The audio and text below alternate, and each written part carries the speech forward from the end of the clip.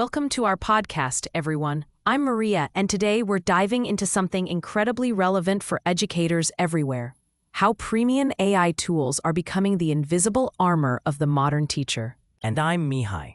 We're continuing our exploration of educational technology with what might be the most crucial piece of the puzzle: deep research tools.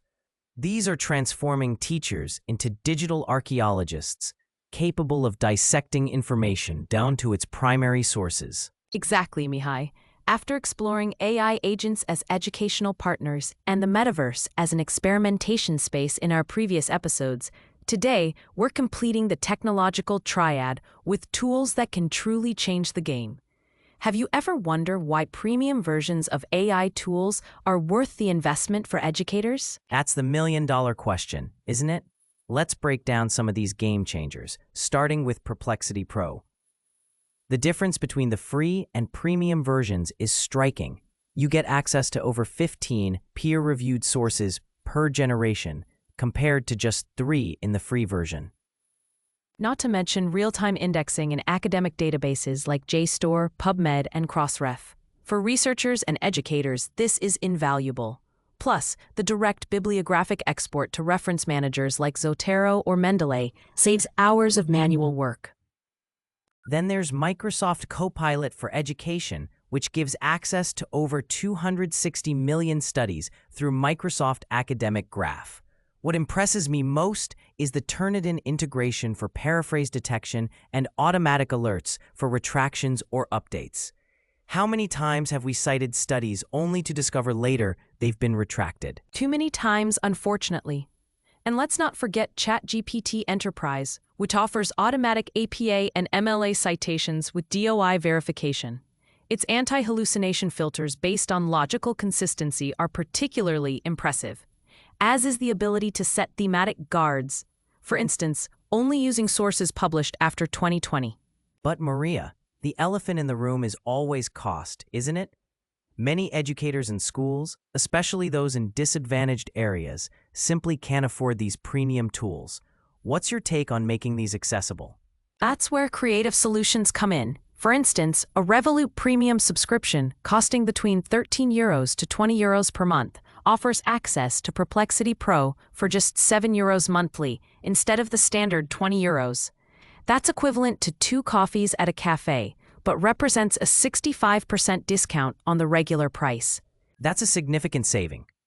But beyond access, how do we integrate these tools into our teaching practice? What does a pedagogy built around verifiable sources look like in practice? I've been experimenting with what I call hallucination hunting live lessons.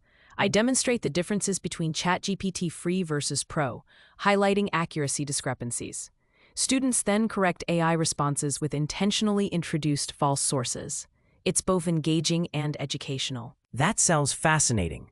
I've implemented what I call verification portfolio projects. Students must include the original source PDF with page markers for citations. For example, an essay about vaccines must include DOIs from clinical studies. It teaches them that claims require evidence. I love that approach. Another strategy I found effective is running information crisis simulations.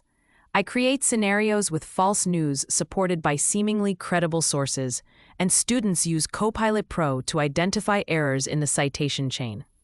It's remarkable how quickly they develop critical thinking skills through this process. These tools essentially transform bibliography from a tedious requirement into an educational superpower. Would you agree that premium subscriptions aren't a luxury, but an extension of academic rigor? Absolutely. Just as the metaverse extends educational space, these tools extend critical capacity. A teacher equipped with these tools becomes an architect of intellectual integrity and transforms any classroom into an applied disinformation laboratory. And let's not overlook the practical benefit, saving 4 to 6 hours weekly on manual verifications. The time-saving aspect alone makes these tools worth considering. But what about the ethical implications? How do we ensure students don't become overly dependent on AI for their research? That's where our role as educators becomes crucial. We need to teach students to use these tools as enhancers of their critical thinking, not replacements for it. The goal isn't to outsource thinking to AI, but to use AI to elevate our thinking to new levels of rigor and efficiency. I couldn't agree more. These tools should amplify human intelligence, not substitute for it. The future of education isn't human versus AI, but humans with AI versus humans without it. And in that future, those who master these deep research capabilities will have a significant advantage. Looking ahead, in our next episode, we'll be revealing how recommendation algorithms shape the educational subconscious and how we can turn their weapons against them. It's going to be another fascinating exploration. We can't wait to share that with you all. Thank you so much for listening to our podcast today.